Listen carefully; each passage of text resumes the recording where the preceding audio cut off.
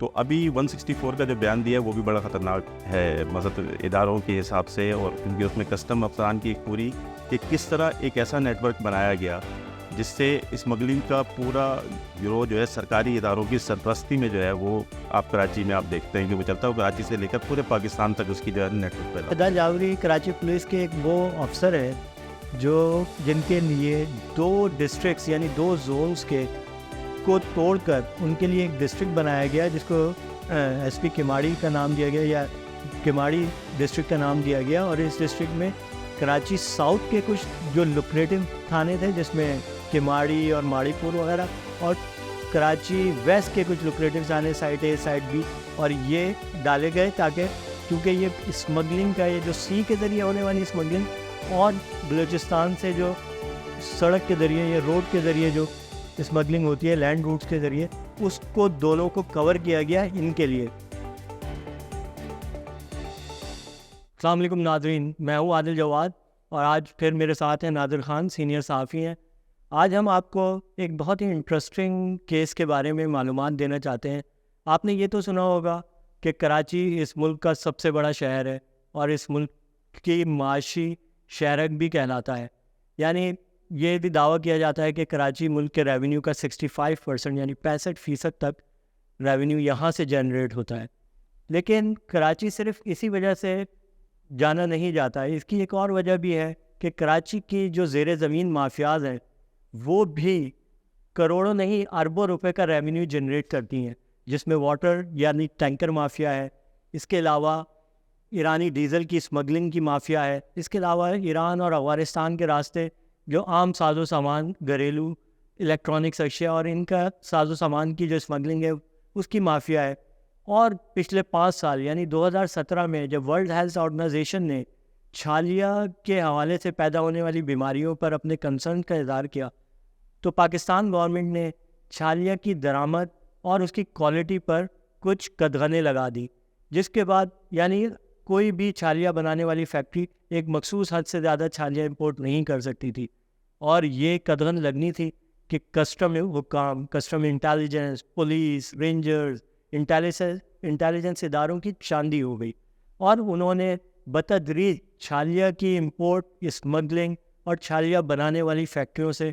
لاکھوں، کروڑوں اور پھر اربوں تک کا رشوت وصول کی۔ اور لیکن یہ سارا سلسلہ اسی طرح جاری تھا کہ اچانک ایف آئی اے نے کچھ دن قبل ایک کیس کیا جس میں کسٹم انٹیلیجنس کے اس وقت کے ڈائریکٹر اور دیگر حکام کے خلاف وہ کیس بنایا گیا، جس میں چھالیا کی اسمگلنگ کو بیس بنایا گیا تھا، اور چھالیا کی اسمگلنگ کا ایک بہت عام کردار عمران نورانی بھی اس مقدمے میں نامزد کیا گیا تھا۔ عمران نورانی نے آج مجسٹریٹ کے سامنے ایک 164 کا بیان دیا ہے۔ 164 سی آر پی سی کی دفعہ 164 کے تحت جو بیان ہوتا ہے وہ بیسیکلی بنیادی طور پر اقبالی بیان ہوتا ہے یا اعترافی بیان کہا جاتا ہے، جس میں ملزم اپنے گناہوں کو قبول کرتا ہے۔ اس بیان میں اس نے بہت ہی اہم نام لیے اور وہ پورا طریقہ کار بتایا جس کے تحت کسٹم حکام، پولیس حکام اور انفیکٹ رینجرز حکام بھی کروڑوں اور اربوں روپے وصول کرتے رہے۔ ناظر صاحب آپ بتائیے گا اس بیان کی کیا تفصیلات ہیں اور کیسے ہوا یہ بیان؟ جی بہت شکریہ عادل صاحب، آپ نے بہت اچھی ایک پوری تفصیل اس کی بیان کی ہے، اور حقیقت بھی یہی ہے کہ ایف آئی اے اینٹی کرپشن سرکل میں 2 کسٹم افسران کی گرفتاری ہوئی تھی اور 3 20 گریڈ کے افسران کے خلاف ایک مقدمہ دائر ہوا تھا۔ اس میں چھالیا ڈیلر عمران نورانی کا نام بھی تھا جس نے ضمانت دی، کسٹم کے گریڈ 20 کے افسران تھے ان کو ضمانت ملی، اور کسٹم کے 2 سپرنٹینڈنٹ لیول کے افسر ہیں وہ ابھی جیل میں موجود ہیں اور ان کی ضمانتیں بھی منسوخ ہو چکی ہیں مختلف جگہوں سے۔ تو اب یہ تو ایک سلسلہ تھا، اب لیکن اس کے بعد جب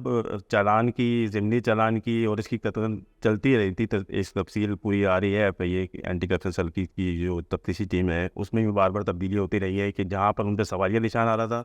اس ٹیم کو بھی اوپر سے ڈی جی آفس سے اور پھر ڈائریکٹر آفس سے اس کو تبدیلی فوراً کر دی جا رہی تھی، جہاں اس کے سب سوال اٹھ رہے تھے وہ ٹیم تبدیل ہو رہی تھی۔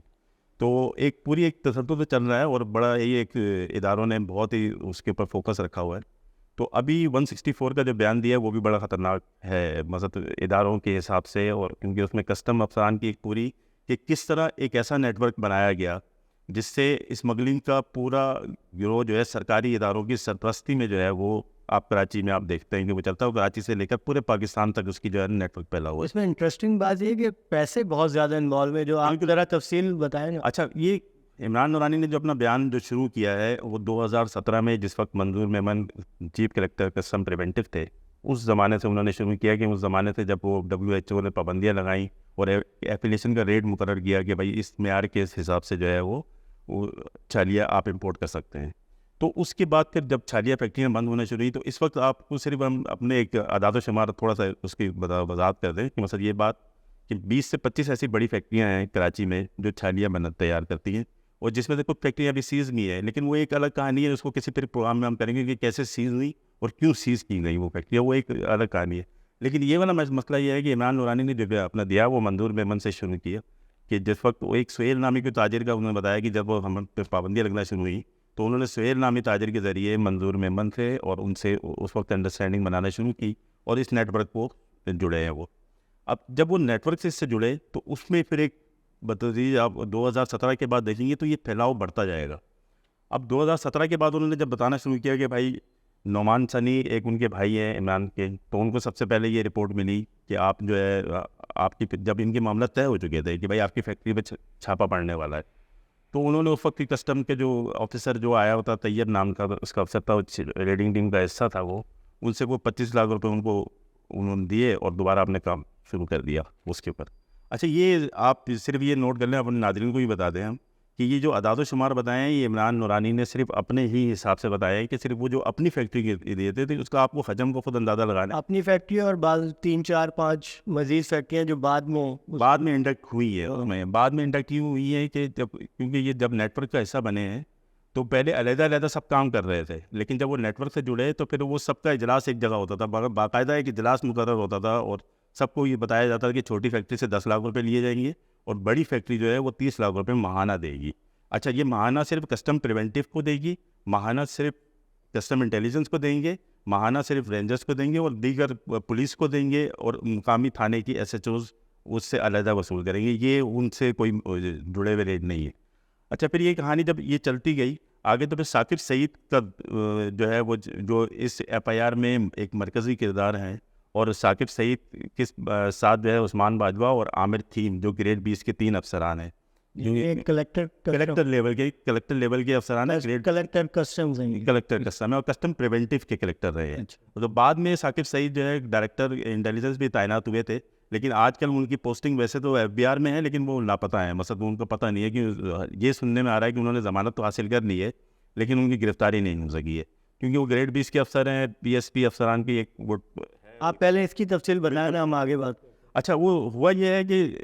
عمران نورانی نے اپنے کہا کہ بھائی جب ہم پہ پابندی لگی اور فیکٹریوں میں تو ہماری جو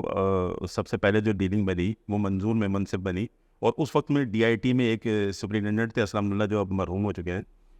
انہوں نے انڈرسٹینڈنگ بنائی. تو اس میں جب یہ سب سے پہلے معاملہ یہ ہوا کہ 10 لاکھ روپے چھوٹی فیکٹری دے گی اور 30 لاکھ روپے بڑی فیکٹری دے گی. پھر جب اسلم اللہ یہ ماہانہ بات ہو رہی ہے اور صرف وہ ایک فیکٹری کے حساب سے بات ہو رہی ہے. اسلم اللہ جب DIT سے ریٹائرڈ ہوئے اور اس کے بعد منظور میمن کے بعد ڈاکٹر فرید یہاں پر کلیکٹر کسٹم تعینات ہوئے،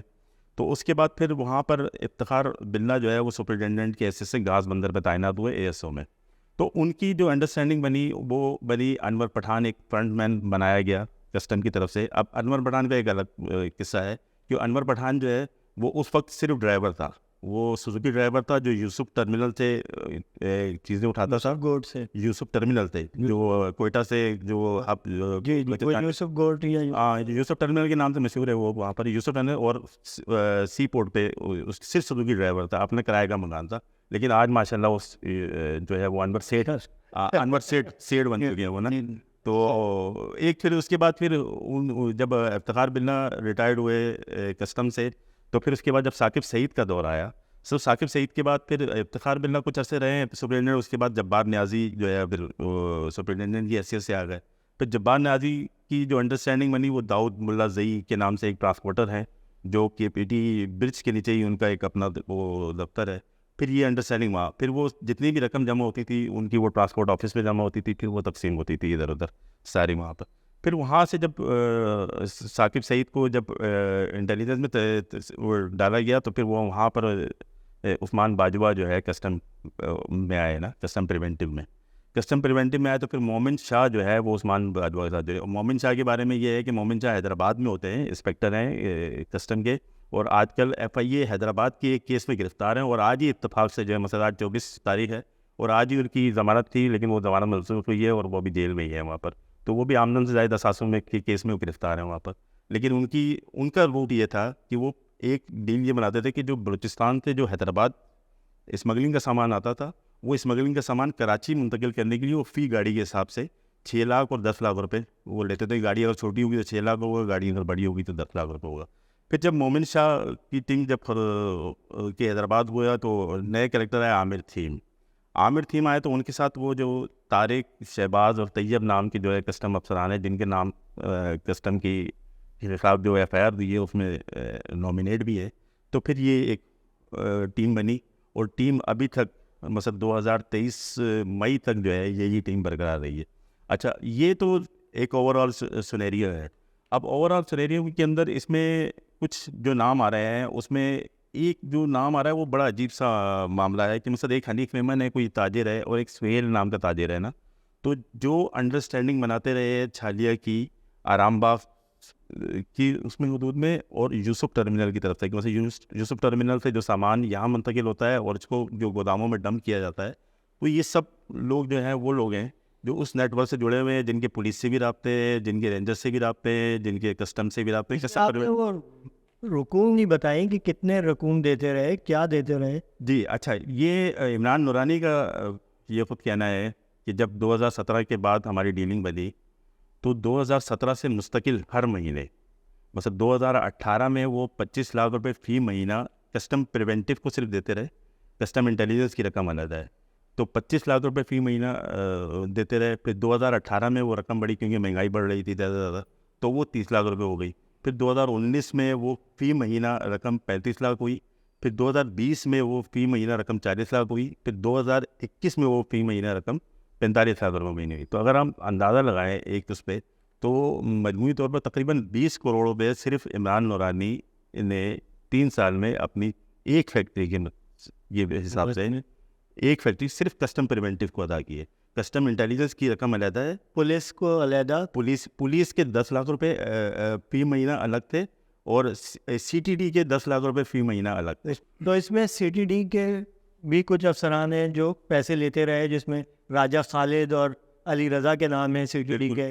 اور وہ بھی لاکھوں میں پیسے لیتے تھے ہر ماہ 9 لاکھ روپے. امداد جاوری ایک SP کماڑی ہے. SP کماڑی، اچھا یہ ان کا کریکٹر بہت الگ ہے. مثلا یہ ان کا کریکٹر کیونکہ یہ بیچ میں انڈکٹ ہوئے ہیں، اس میں انڈکٹ اس صورت میں ہوئے کہ جب مطلب ان کا حصہ نہیں ہوتا تھا، ان کا بالکل حصہ نہیں تھا. لیکن کسٹم ان کو جب رپورٹنگ ہونی شروع ہوئی تو سب سے پہلے انہوں نے 2019 میں سب سے پہلے عمران نورانی کی چھالیہ کی فیکٹری پہ چھاپا ڈالا، اور وہ سائٹ A تھانے کے اس وقت کے جو SHO تھے انہوں نے پوری ریڈنگ ٹیم کے ساتھ اپنا چھاپا مارا. اور یہ پوری کاروائی انہوں نے اس کے بعد جب ان کو یہاں سے یہ معلوم ہوا، جب چھاپے میں کچھ چیزیں رجسٹرڈ ان کے ہاتھ میں آئے کہ بھائی یہ فلاں ادارے کو اتنے پیسے دیتے ہیں، فلاں ادارے کو اتنے پیسے دیتے ہیں، تو پھر وہاں سے ان کی جو ہے وہ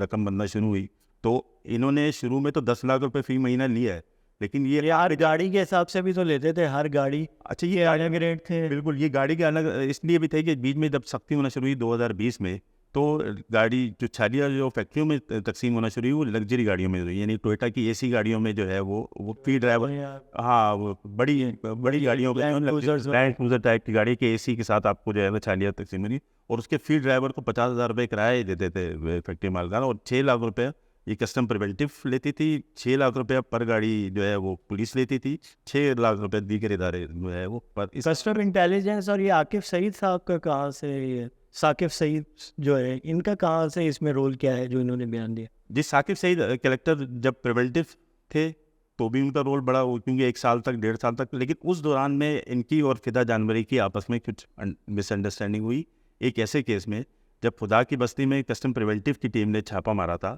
تو وہاں پر جو جتنے بھی وہاں پر اسمگلرس تھے انہوں نے کسٹم پریونٹیو کی ٹیم پہ فائرنگ کر دی تھی. تو اتفاق سے اس وقت SSP وہاں کے فدا حسین جانوری تھے وہیں پر. تو وہاں اس ٹیم پہ جب فائرنگ ہوئی تو وہ مقامی تھانے کی پولیس نے فدا حسین جانوری کے آرڈر پر کسٹم پریونٹیو کے خلاف FIR درج کی تھی اور کسٹم پریونٹیو کو اس کارروائی سے روکا گیا تھا. تو یہ خیر ہم اس کو ڈسٹریکٹ ہوں گے، لیکن ان ثاقب سعید اور فدا جاوری کے یعنی جو آپس کی ماری تھی، آپ کو یہ بتاتا چلوں کہ فدا جاوری کراچی پولیس کے ایک وہ افسر ہے جن کے لیے 2 ڈسٹرکٹس یعنی 2 زونس کو توڑ کر ان کے لیے ایک ڈسٹرکٹ بنایا گیا جس کو